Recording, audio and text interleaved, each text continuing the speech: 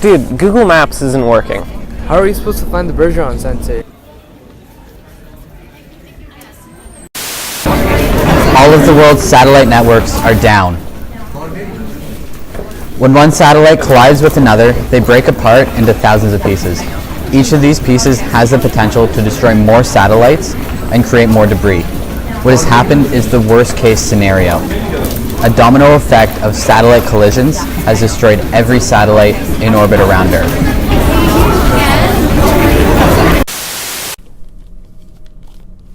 Where's the new episode of Game of Thrones?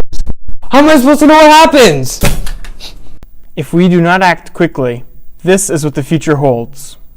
But we have a plan, a concept for a machine that can take dangerous satellites out of orbit without risking a collision. This device would use the power of light, either refracted from the sun or generated as a laser, to push on the offending object. By sustaining this photonic pressure over a period of time, the device would lower the satellite's orbit down into the atmosphere, where it will burn up and be destroyed like a shooting star. You may have already seen the power of light when focused into a small space.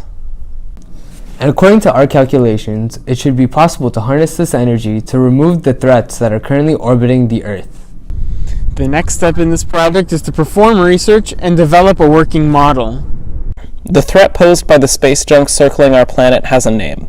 The Kessler syndrome would result in the destruction of our satellite networks and block humans from accessing space for hundreds of years.